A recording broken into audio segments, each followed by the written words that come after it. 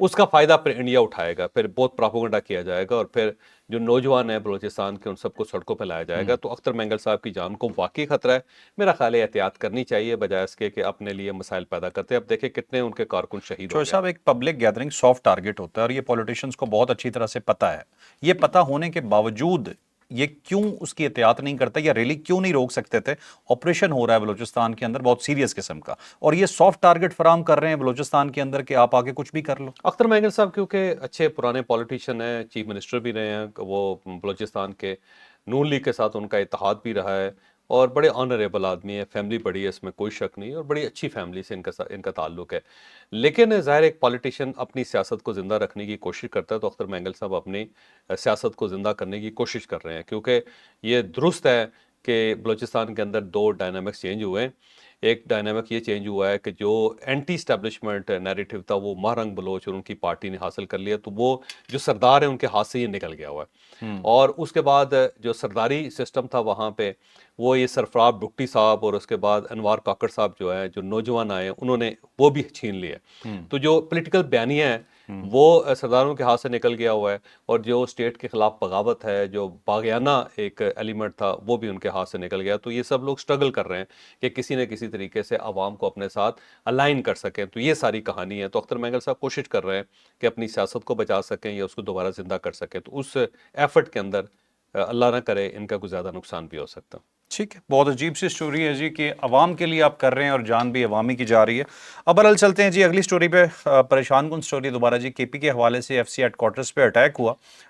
ہو سکتا ہے کچھ عرصے بعد ہم نہ ہوں، آپ نہ ہوں، لیکن اپنے بچوں کو یہ کہانیاں بتا کے ضرور جائیے گا کہ آپ کے بہت سارے نوجوان دنیا میں وقت سے پہلے چلے گئے تاکہ آپ لوگ امن سے رہ سکیں. ایسی ایک سٹوری ہے ایف سی ہیڈ کوارٹرز کی بھی، جو روزانہ کے بہاف میں ہماری فورسز قربانیاں دے رہی ہیں. ڈیٹیل بتائیں گے جاوید چوہے صاحب. کل صبح ایف سی ہیڈ کوارٹر بنو میں اٹیک ہوا، اور یہ 6 لوگ تھے، دہشت گرد تھے، اور فتنہ الخوارج کے ساتھ ان کا تعلق تھا. انڈین سپانسرڈ ہیں، ٹی ٹی پی کے ساتھ ان کا تعلق تھا، اور انہوں نے ایک گاڑی کے اندر بارود بھرا ہوا تھا. یہ جو فیڈرل کانسٹیبری ہے اس کے ہیڈ کوارٹر کے اندر داخل ہونا چاہتے تھے. سب سے پہلے انہوں نے جو باہر دیوار ہے اس کے ساتھ انہوں نے بلاسٹ کیا، وہ گاڑی جو تھی ٹکرائی، جی. اور وہاں سے وہ ٹوٹ گئی دیوار، اس میں کوئی شک نہیں ہے. اس کے بعد یہ اندر داخل ہونا چاہتے تھے، اور اگر خدا نہ خواستہ یہ اندر داخل ہو جاتے تو وہاں پہ بڑی کیجویلٹیز ہونی تھی. کیونکہ ظاہر ہے وہاں پہ تو جوان ہیں، وہاں پہ افسر بھی ہیں، اور کچھ لوگوں کی فیملیز وغیرہ بھی ہیں، تو وہ بہت زیادہ ڈیمیج ہونے کا امکان تھا وہاں پہ. تو لیکن ایف سی کے جوانوں نے ان کو روکا، اور پولیس نے ان کو روکا. جو پولیس کی یہ کارکردگی ہے اسے ماننا پڑے گا. جی بالکل. اور جب دونوں کے درمیان جھڑپ ہوئی اور دونوں سائڈوں سے فائرنگ ہوتی رہی تو 6 جوان شہید ہو گئے. ہمارے اس کے اندر کہ ایف سی کے جوان بھی ہیں اور پولیس کے، اور بہت سارے لوگ زخمی بھی ہوئے. اس میں 3 عام شہری بھی جو وہاں سے گزرے تھے وہ بھی زخمی ہوئے، اور جو 5 ان کے جو دہشت گرد تھے وہ بھی مارے گئے ہیں اس کے، اور ان کی لاشیں بھی اب پاکستان حکام کے پاس ہے. تو یہ صورتحال ہے وہاں پہ کہ ایف سی اس کے ہیڈ کوارٹر تک کے اوپر حملے ہو رہے ہیں. لیکن گنڈا صاحب یا باقی لوگ یہ چاہتے ہیں کہ نہیں، وہاں پہ کسی قسم کا آپریشن نہیں ہونا چاہیے. بلکہ کل عمران خان صاحب نے جیل سے جو انہوں نے پیغام دیا وہ یہ دیا کہ میرا دل افغانستان کے ساتھ دھڑکتا ہے، اور افغانیوں کو اس طرح نہیں نکالنا چاہیے. تو افغانیوں کو کس طرح نکالنا چاہیے؟ اگر آپ کے پاس کوئی میکانزم ہے تو اس کے اوپر عمل کر لیں، پھر اس طرح کر لیتے ہیں. یہاں پہ تو ظاہر حالات اتنے خراب ہو گئے ہیں، اور یہ لوگ جو افغانی یہاں پہ پناہ گزین ہیں ان کے ساتھ پناہ لے لیتے ہیں، اور ان کی آڑ میں اس قسم کی حرکتیں یہاں پہ ہوتی ہیں. تو پھر ہمارے پاس آپشن کیا ہے؟ چوہے صاحب، اگر یہ تو ہمارے عمران خان صاحب کے پاس کوئی آپشن ہے تو وہ پھر اڈاپٹ کر لیں اس کو. یہ جو ہمارے فورسز کے جوان ہیں، یہ جو ہمارے پولیس کے جوان ہیں جو دن رات اپنی قربانیاں دے رہے ہیں، عمران خان صاحب کو یہ پاکستانی نہیں لگتا؟ پتہ نہیں، میرا خیال ایک پولیٹیکل نیریٹو ہے عمران خان صاحب کا. وہ یہ سمجھتے ہیں کہ افغانستان کے ساتھ چلنا چاہیے. تو پاکستان تو ہمیشہ افغانستان کے ساتھ چلا ہے، اور افغانستان کے لیے پاکستان نے سب سے زیادہ قربانیاں دی ہیں، اور اس کے بعد کشمیر کے لیے. چوہے صاحب. 2 ہمارے کور ایشوز ہیں افغانوں کے لیے. تو ہم نے آدھا ملک تباہ کر لیا اپنا. یہاں پہ ہیرون کلچر آیا، یہاں پہ کلاشنکوف کلچر آیا، یہاں پہ دھماکے دہشت گردی شروع ہوگی. پاکستان تو بہت زبردست ملک تھا پوری دنیا سے، یہاں پہ ٹورسٹ آیا کرتے تھے. اب کوئی ٹورسٹ نہیں آتا، آپ کو دور دور تک کوئی گورا نظر نہیں آتا آپ کو. وہ اسی وجہ سے ہے کہ پاکستان افغانستان کی جنگ لڑتا رہا ہے، اور ویسٹ کی جنگ لڑتا رہا ہے افغانستان کے اندر. تو اس کا یہ نتیجہ ہے. افغانوں کے لیے بڑی قربانی دی ہے پاکستان نے، لیکن افغان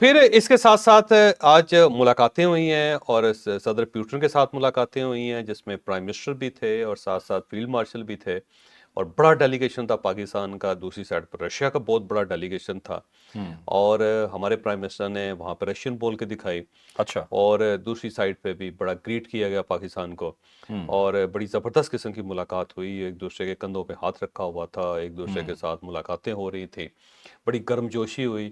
اور وہاں پہ پرائم منسٹر نے ایک بڑی اچھی بات کی, مجھے بڑی اچھی لگی. انہوں نے کہا جی انڈیا کے ساتھ آپ کے تعلقات ہیں, ہم نہیں چاہتے کہ تعلقات خراب ہوں, آپ اس کو کنٹینیو رکھیں, جاری رکھیں, لیکن ہمارے ساتھ بھی تعلقات یا ٹریڈ کرنے میں حرج کوئی نہیں ہے. تو ہم اپنے تعلقات کو بہتر بنانا چاہتے ہیں, پہلے سے آگے بڑھانا تو چاہتے آپ ہیں, ہمیں انڈین اینگل سے نہ دیکھیں. انڈین اینگل سے نہ دیکھیں. تو رشین نے نہ صرف یہ تسلیم کیا بلکہ پیوٹن نے اس کو اپریشیٹ بھی کیا کہ بہت اچھی بات ہے. تو ٹریڈ از ٹریڈ اور ریلیشن از ریلیشن, بس ٹھیک ہے چلتے ہیں. اور انڈیا اپنی جگہ پہ, پاکستان اپنی جگہ پہ. تو ایک تو کیچ ہم نے لے ہی لیا وہاں پہ. چائنا بھی تو دیکھیں نا, چائنا نے انڈیا کو بلایا ہوا, ریلیشن ہمارے ساتھ تھا, ریلیشن جنگ میں ہمارے ساتھ تھا, بالکل لیکن صحیح انڈیا بات, کو بٹھایا ہوا. انڈیا کو. اب اس کے ساتھ ساتھ چائنیز پریزیڈنٹ کے ساتھ بھی ملاقات ہوئی اور وہ بڑے ڈیلیگیشن کے ساتھ ملاقات ہوئی اور فیلڈ مارشل کا جب تعارف کروایا, انہوں نے ذکر کیا پرائم منسٹر نے, تو جس طرح پریزیڈنٹ نے ہاتھ شیک کیا ان کا, وہ آپ دیکھ لیں, وہ اس کے اندر ایک گرم جوشی نظر آتی ہے سر. تو وہ ہے اور ہر جگہ پہ انہوں نے فیلڈ مارشل کو امپورٹنس بھی دی اور ساتھ ساتھ پرائم منسٹر. تو چائنا کے ساتھ بڑا اچھا پاکستان نے آج ایگریمنٹس بھی کیے ہیں اور بڑی جوش و خروش بھی تھا. جی. رشیا کے ساتھ بھی بڑا جوش و خروش تھا. اس کے مقابلے میں جو مودی صاحب ہیں ان کی کوئی بڑی میٹنگز نہیں ہو سکی اس ٹائپ کی کہ جس کے اندر کوئی آئس بریک ہوئی ہو. وہ وہاں پہ انڈین میڈیا بڑا کیا جا رہا ہے, پروپیگنڈا کر رہا. پروپیگنڈا بڑا کر رہا ہے کہ دیکھیں جی مودی صاحب نے تو دل ون کر لیا. بھائی وہ اچھا انہوں نے ہارٹ ون کیا ہے کہ وہاں پہ ان کا نام ہی نہیں ہے. یہ اچھا دل انہوں نے منہ لیا ہے اور اچھا ہارٹ ون کیا انہوں نے کہ دوسری سائڈ سے پراپر چائنا کی طرف سے بےعزتی کی. کہ کبھی ہوتا ہی نہیں اس طرح کے ایک ڈپلومیسی کے اندر اس ٹائپ کی. پاکستان انڈیا کی جنگ ہو رہی تھی نا, ایک ویڈیو آئی, ایک طیارہ گرا تو ایک پائلٹ نکل کے آیا بڑی مشکل سے. کسی نے پوچھا کہاں سے آ رہے ہو, رافیل گر گیا, کہتا نہیں ہم اترتے ہی ایسے ہیں. مودی صاحب جو ہیں ایسے ہی کرتے ہیں, سیٹ سمیت اترتے. تو مودی صاحب ایسے ہی نام گم کراتے ہیں. اب اس کے ساتھ ساتھ ایک اور بری خبر ان کی آئی کہ آسٹریلیا اور نیوزی لینڈ کے اندر پہلی مرتبہ ایسا ہوا ہے کہ انڈینز کے خلاف احتجاج شروع ہو گیا. اور یہ احتجاج آسٹریلیا کے 4 شہروں میں اندر ہوا, برسبن کے اندر ہوا, میلبرن کے اندر ہوا, سڈنی کے اندر ہوا, کیمبرا کے اندر ہوا. اب میلبرن میں 5000 جو آسٹریلین شہری باہر نکلے اور انہوں نے انڈیا مرد آباد اور انڈین شہریوں کا انہوں نے باقاعدہ پتلے جلا دیے وہاں پہ. برسبن کے اندر بھی, پھر سڈنی کے اندر 8000 تھے لوگ جو ان کے خلاف مظاہرہ کرتے ہیں. گوروں کے حساب سے تو بڑی تعداد ہے, بہت تعداد ہے. گورے کے پاس کہاں اتنا ٹائم ہوتا ہے کہ وہ احتجاج کرتا رہے. ہم ویلے لوگ ہیں نا جی, 25 کروڑ عوام ہے, تو اگر بندر کا تماشا بھی ہو رہا ہو تو 2-4 ہزار بندہ تو وہاں پہ کھڑا ہو جاتا ہے کہ پتہ نہیں بندر کیا کرے گا, بول کے دکھائے گا, یہ سسرال جا کے دکھائے گا, جو کہتے ہیں سورے چلنا. تو یہاں پہ تو لوگ ہو جاتے ہیں. گورے کے پاس کہاں اتنا ٹائم ہوتا ہے کہ وہ اتنا 5-5 ہزار بندہ اکٹھا ہو جائے. تو وہاں پہ RSS ہے, وہ جو ان کی اپنی تنظیمیں, RSS کی جو سپلیمنٹری تنظیمیں ہیں, اور ان کے خلاف وہاں پہ ٹھیک ٹھاک قسم کا احتجاج ہو رہا ہے. اسی طرح نیوزی لینڈ کے اندر ہوا ہے. آسٹریلیا کے اندر ٹوٹل 8,45,000 وہاں پہ انڈین ہیں اور ٹوٹل آبادی جو آسٹریلیا کی 3 کروڑ ہے, تو 3 کروڑ میں بڑا سائزبل کمیونٹی ہے وہاں پہ. تو اب اس کے خلاف وہاں پہ احتجاج ہو جانا کبھی سوچے نہیں تھے. یہ تو پاکستان کے خلاف ہوتے تھے. اب انڈیا کو پراپر دہشت گرد ایک بنا کے ثابت کیا جا رہا ہے کہ دہشت گرد لوگ ہیں اور پرانی ان کے کلپس چلائے جا رہے ہیں. اس کے ساتھ ساتھ ایک اور جو بری خبر ہے انڈیا کے لیے, وہ یہ ہے کہ اب پریڈ ہو رہی ہے آج چائنا کے اندر, اور یہ 80 سال پورے ہوئے ہیں جاپان کے ساتھ جو چائنا کی جنگ ہوئی تھی اس میں, اور چائنا نے یہ جنگ جیتی تھی. آج تک جاپان اور چائنا کے تعلقات ٹھیک نہیں ہے. ٹریڈ بہت زیادہ دونوں کے درمیان. بس بات یہ بتاؤں کہ دونوں ایک دوسرے کو ناپسند کرتے ہیں, دونوں ایک دوسرے کے خلاف نعرے لگاتے ہیں, لیکن ٹریڈ ٹھیک ٹھاک ہے. چائنا کے ساتھ جاپان کی بہت ٹریڈ ہے, تقریباً 1000 ارب ڈالر کے قریب ٹریڈ ہے, بہت بڑی ٹریڈ ہے. تو اب اس کے خلاف ایک پریڈ ہو رہی ہے اور ایک سیرمنی ہے, بڑی ٹھیک ٹھاک قسم کی سیرمنی ہے, بڑی سیرمنی, جس کے اندر پاکستان کے پرائم منسٹر کو بھی وہاں پہ دعوت دی گئی ہے. پھر وہاں پہ رشیا ہے, پھر نارتھ کوریا کے ان کے کو بلایا گیا. تو دیکھیں جن جن کے ساتھ تعلقات خراب ہیں چائنا کے, ان سب کو بلایا گیا. رشیا کے ساتھ اتنے آئیڈیل تعلقات نہیں ہیں, رشین پریزیڈنٹ ہے وہاں پہ. اس کے ساتھ کوریا کے ساتھ ان کی لڑائی ہے, باقاعدہ لڑائی ہے, لیکن کورین جو ہے اس کے پریزیڈنٹ کو بلایا گیا. اور اس کے ساتھ ساتھ ظاہر انڈیا کو ہونا چاہیے تھا, وہ بھی ان کا دشمن ہے, لیکن انڈیا کو نہیں بلایا گیا. مودی صاحب اس کے اندر ہے ہی نہیں. پتہ اتنی امپورٹنس نہیں دی کہ مودی کو بلائیں اس پریڈ میں. شہباز شریف جا رہے ہیں. شہباز شریف جا رہے ہیں وہاں پہ. تو یہ ایک اور بری خبر ہے کہ انڈیا کو بلایا نہیں گیا، مودی صاحب کو تکلیف ہی نہیں دی انہوں نے کہ آ کے پریڈ دیکھیں. تو یہ بھی ایک میرا خیال ہے بڑا تمچا ہے ان کے منہ پہ کہ یہ ہو کیا رہا ہے انٹرنیشنلی. بالکل ہی بیچارے برباد ہو کے رہ گئے. اور آخری اور بڑی اور خوفناک خبر یہ ہے کہ اربوں نے انڈیا کا تیل بند کر دیا ہے. اب تیل اس لیے بند کیا گیا ہے کہ جی آپ رشیا سے تیل لے رہے ہیں اور خام تیل لے کے اس کو پیوریفائی کر کے زیادہ پرائس پہ آپ یورپ کو اور امریکہ کو سپلائی کرتے ہیں. تو یہ ہمارے لیے ایکسیپٹیبل نہیں ہے کہ آپ سستا تیل لیں، پیوریفائی کریں اس کو اور پھر ہمیں بیچ دیں. ہم کیوں نہ اپنا کوٹا انڈیا کے بجائے ہم بڑھا دیتے ہیں اربوں کے ساتھ. تو دو کمپنیز ہیں، ایک کمپنی عراق کی ہے اور سومو، اس نے جو تقریباً 20 لاکھ بیرل جو ہے نا ماہانہ یہ پیٹرول دیتی ہے اور یہ خام تیل ہے. ہاں جی. انڈیا کو اس کو پیوریفائی کر کے وہ بیچتا ہے.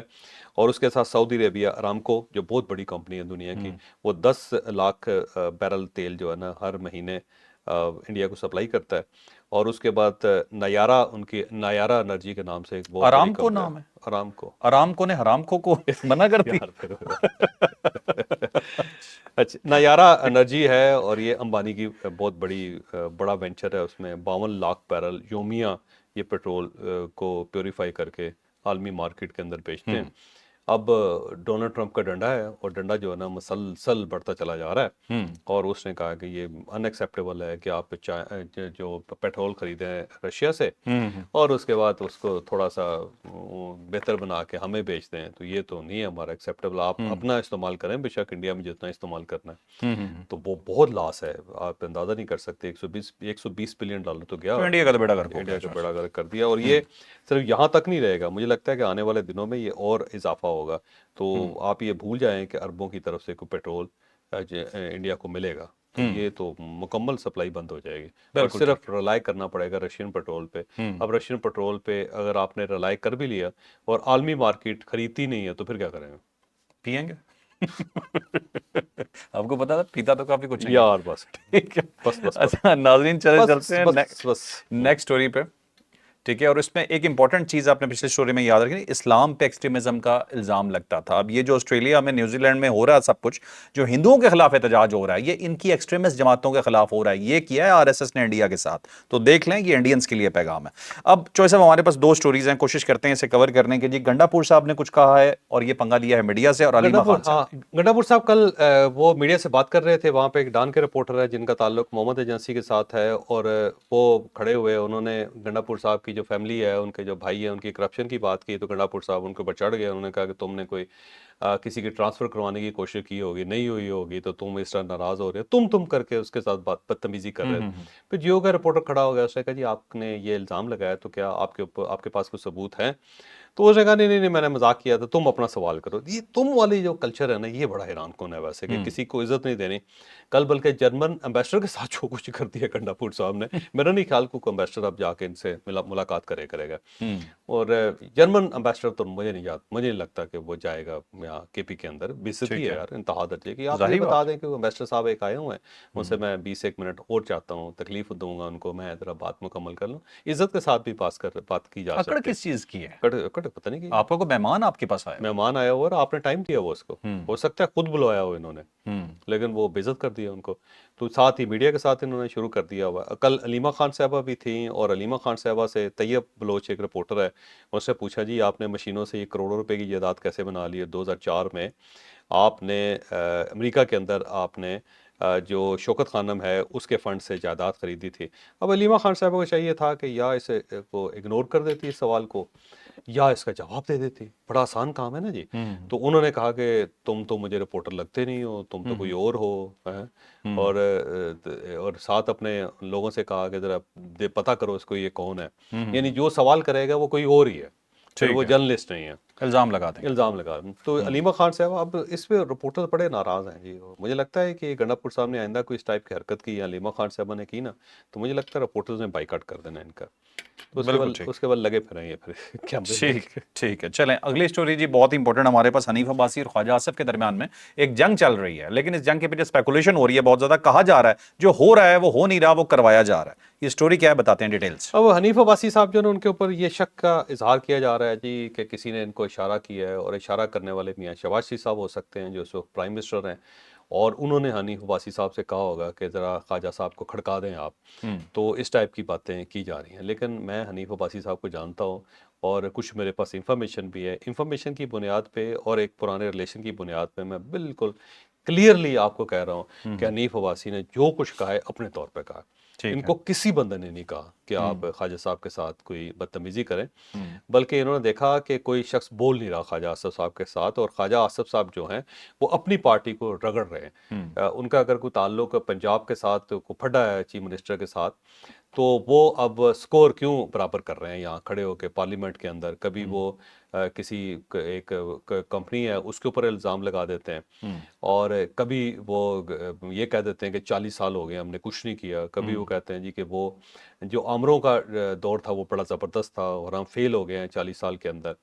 کبھی وہ کسی بیوروکریٹ کو لے جاتے ہیں، کبھی پوری بیوروکریسی کو خلاف کر دیتے ہیں پاکستان مسلم لیگ نون کے خلاف. تو مجھے لگتا ہے کہ حنیف عباسی صاحب جو ہے انہیں محسوس یہ ہوا کہ یہ بولنا چاہیے اور یہ روکنا چاہیے، کیونکہ اگر یہ ٹرینڈ بڑھتا چلا گیا تو یہ پوری گورنمنٹ جو ہے وہ ڈسکریڈٹ ہو جائے گی جو پہلے ہی ڈسکریڈٹ ہے. تو انہوں نے اپنے طور پہ مجھے لگتا ہے کہ حنیف عباسی صاحب نے کہا ہے. حنیف عباسی صاحب کسی کی ڈائریکشن لینے والے بندے نہیں ہیں. ٹھیک ہے. کیونکہ مجھے یاد ہے کہ جب ان کا اوپر برا وقت تھا تو پارٹی کے کئی لوگ یہ کہتے تھے حنیف عباسی کو کہ آپ یہ بیان دیں، تو اس نے کہا نہیں میں اپنے ضمیر کے مطابق بیان دوں گا، میں اس طرح نہیں کروں گا. تو بندہ آنیسٹ ہے اس معاملے میں، دبنگ ہے، کسی کے پریشر میں آنے والا بندہ نہیں ہے. تو مجھے نہیں لگتا کہ حنیف عباسی صاحب کو کسی نے کہا ہوگا، کیونکہ اگر کسی نے کہا ہوگا تو وہ ظاہر ہے گورنمنٹ خود ڈسکریڈٹ ہو رہی ہے. جو خواجہ صاحب کر رہے ہیں وہ کیا ہے؟ خواجہ صاحب میرا خیال ہے تھوڑے کھسک گئے ہیں ویسے، کیونکہ اس ٹائپ کی باتیں نہیں کرنی چاہیے خواجہ صاحب کو. اتنے پرانے سیاستدان ہیں، ان کے والد بھی سیاستدان، خود بھی سیاستدان. یہ پوری زندگی انہوں نے سیاست کے اندر رہے ہیں، اپنی گورنمنٹ بھی ان کی ہے. اور جو الزامات ان کے اوپر لگ رہے ہیں کہ 2018 میں جناب باجوہ صاحب نے ان کو جتوایا ہارے ہوئے کو، اس وقت تو بڑا آپ کو سامنے ہیں سارے. اور جناب باجوہ صاحب نے پبلکلی کہہ بھی دیا تھا کہ مجھے رات کو انہوں نے فون کیا تھا، تو میں نے کہا بالکل بالکل فکر نہ کریں آپ خواجہ صاحب. جو جناب باجوہ صاحب کہتے ہیں بالکل فکر نہ کریں آپ خواجہ صاحب، آپ جیتے ہوئے ہیں.